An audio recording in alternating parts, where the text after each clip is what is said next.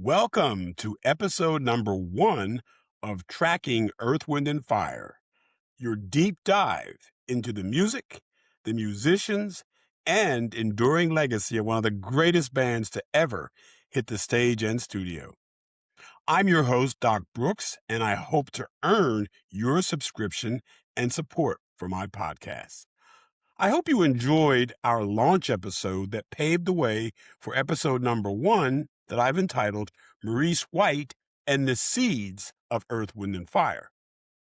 This is season 1, the DNA of Earth, Wind, and Fire. So what makes Earth, Wind, and Fire one of the GOATs of music? Maurice White's visionary musical concept, blending various music genres with captivating lyrics and layered vocals, spellbinding harmonies, melodies that linger, horns that stir the souls, pulsating percussions, and a booming bass guitar that collectively connected with audiences in communal ways. Those are some of the elements of Earth, Wind, and Fire's spectacular universe.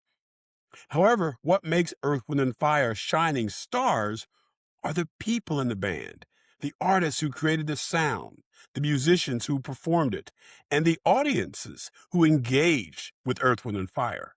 Because Earth, Wind, and Fire responded to our musical needs and in some cases catered to our non-musical desires.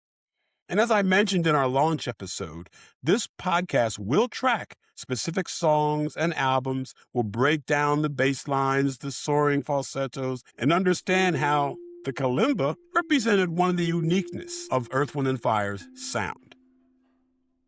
But we will focus on the people who comprised Earth, Wind, and Fire, the hundreds of musicians who collaborated with the band, the artists who influenced Earth, Wind, and Fire, as well as those who were influenced by the band. And so throughout our journeys, I will encourage you to put in your comments your favorite Earth, Wind, and Fire tracks or memories of the band.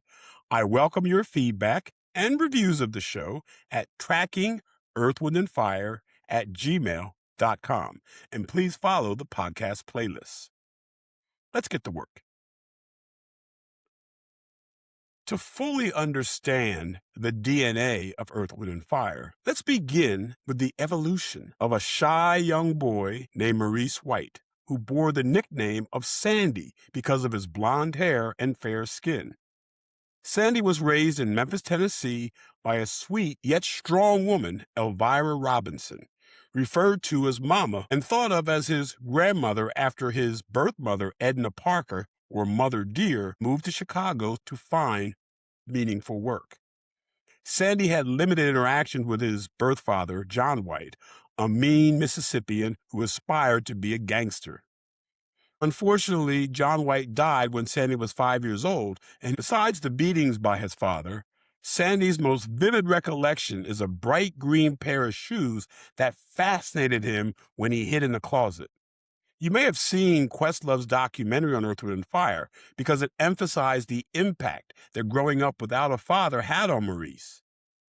We'll certainly talk about this illuminating documentary in future episodes, but at the risk of spoiling it for those who haven't seen it, I'll withhold commentary. My primary source for this episode on Maurice White's childhood is Maurice White's memoir, My Life with Earth, Wind, and Fire, written with Herb Powell.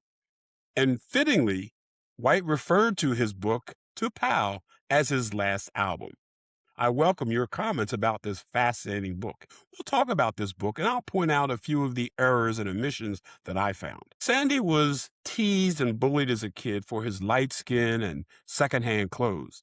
He endured whippings from Mama as she stressed order inside the home and discipline outside of it. Her encouraging words compensated for the lack of physical affection.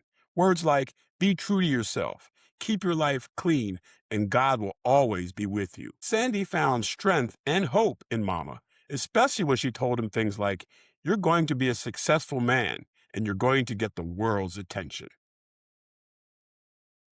By the age of 12, Sandy began to respectfully stand up to Mama, and the whippings ended. Her music took center stage in their lives. Mahalia Jackson and Ray Charles became the soundtracks of their life. Sandy noticed Mama's different physical reactions to Mahalia Jackson's gospel music compared to Ray Charles' more secular songs. He also began to distinguish the repetitive patterns of the piano, drums, and even saxophone. Music accompanied Mama and Sandy to Rose Hill Baptist Church. He enjoyed the gospel music, but did not always appreciate the messages that came alongside the music. He would occasionally sneak out of church and venture into the rough streets of Memphis with a few of his friends. And apart from Mama, the adults in Sandy's life left a lot to be desired, especially the men. For instance, Maurice describes Mama's brother Tuck, a boisterous gangster wannabe who carried a razor, and like so many of the black men in Sandy's lives, had little money, no self-pride, and in Tuck's case, beat his woman. But Sandy had Mama and a burgeoning love of music. For a few months out of the year, Sandy would travel to Osceola, Arkansas, usually during the summer, and he went with Mama's sisters Edna to pick cotton. And to avoid any confusion, this Edna is not his birth mother, Edna. But Sandy hated the country lifestyle. He found one small measure of relief when he went to the general store. And on the porch, there was a black man with a shabby acoustic guitar who sang primitive blues. Despite the strict barriers between black and white folks, Maurice found that the whites respected this man's talents as they tapped their heels and clapped to his music. Sandy was really impressed by this man and by the sound that he made as he slid his finger up and down his guitar neck. Sandy spent more time doing backbreaking work in the cotton fields than listening to music. On the other hand, he learned the value of hard work and how black people labored to build this country. When Sandy returned to La Rose Elementary School after the summer, he continued to hide, fight, and run away from the kids that teased him about his high yellow skin and hand-me-down clothes. His one salvation was his relationship with Mama and God. He prayed for dark skin and nice clothes. And despite Mama's insistence that his clothes be neat, clean, and pressed, he still felt ashamed. His only prized possession was a cowboy outfit that Mama brought him, probably from one of the white families that she worked for. The outfit came with a gun and holster and a hat that he donned on weekends, even in the hot Memphis sun. Sandy's fascination with clothing would continue throughout his adult life. One day, a drum and bugle corps marched through his Memphis neighborhood. Maurice was taken by their shiny uniforms, gleaming buckles, and clean stripes down the side of each pant leg. He coveted this outfit and envisioned wearing one, even if it meant just while he was beating his toy drum on the front porch. He actually auditioned and was selected as a snare drummer in the drum and bugle corps. Yet he was not as excited about playing the drums as he was wearing those uniforms. And this is around the time that Sandy began to really develop his relationship with one of his few friends, David Porter, and they acquired the music bug together. They formed a quartet with two brothers, and beginning at the age of 6, Sandy and this quartet sang at Rose Hill Baptist Church. And he believed that it was the seed of his musical beginnings with David Porter that would last for another 10 years or so. Well, when Sandy was 12 years old, Mama Dear wrote a letter requesting him to visit her in Chicago and her family for a few days. And even though he hadn't heard much from her over the last 8 years, she was overjoyed when he arrived. She introduced him to Dr. Adams and his new brothers and sisters, Verdine, Monty, Sherry, and baby Pat. He only stayed a few days, but upon his return, he noticed an uptick in the letters from Mother Dear. Shortly after his visit to Chicago, Sandy came home from school one day and found this large box in his living room addressed to Maurice White in large letters. With Mama's assistance, he opened the box and discovered the most beautiful thing that he had ever seen in his life: a burgundy bike with a shiny seat and glistening chrome handlebars. That gift from Dr. Adams became the most important possession that he had in his entire life. It boosted his spirits and elevated his self-esteem. He rode that bike every day with a new sense of independence. And so before he enrolled in Porter Junior High School in the fall of 1957, Mama and Sandy moved to the new Lemoyne Gardens housing projects. David Porter and his family also moved into that same neighborhood. The one-bedroom unit wasn't really fancy, but it was at the front of the complex, located very close to the playground. And playground actually had lampposts. And Maurice and some of his friends would sing songs under those lampposts by the Flamingos, the Dominoes, the Drifters, and some of the other doo-wop groups at the time. It was the doo-wop era, and Maurice was spellbound over the velvet harmonies of groups like the Spaniels that he listened to on the radio. He admitted that as much as he enjoyed singing, the grooves of the music impressed him more. Maurice took special interest in the drum beats on hit records like Johnny Otis's Willie and the Hand Jive. One day, Maurice entered Porter Junior High's band room and found a young man practicing scales on the saxophone. This well-groomed young boy stopped playing upon noticing White's entrance.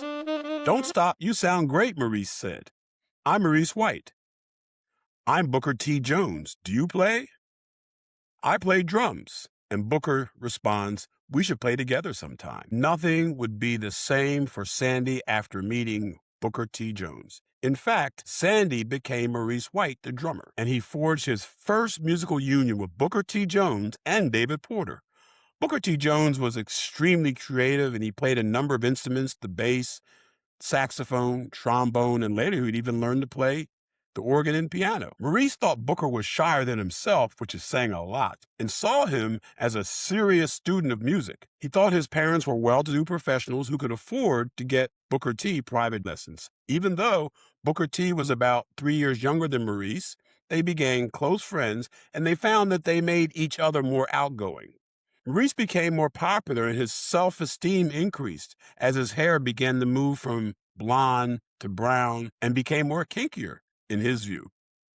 David Porter's singing also made him popular, especially with the ladies. This led Maurice to form a singing group named the Marquettes with Porter and 2 other young teens. They participated in the many talent shows that were held at Booker T. Washington High School.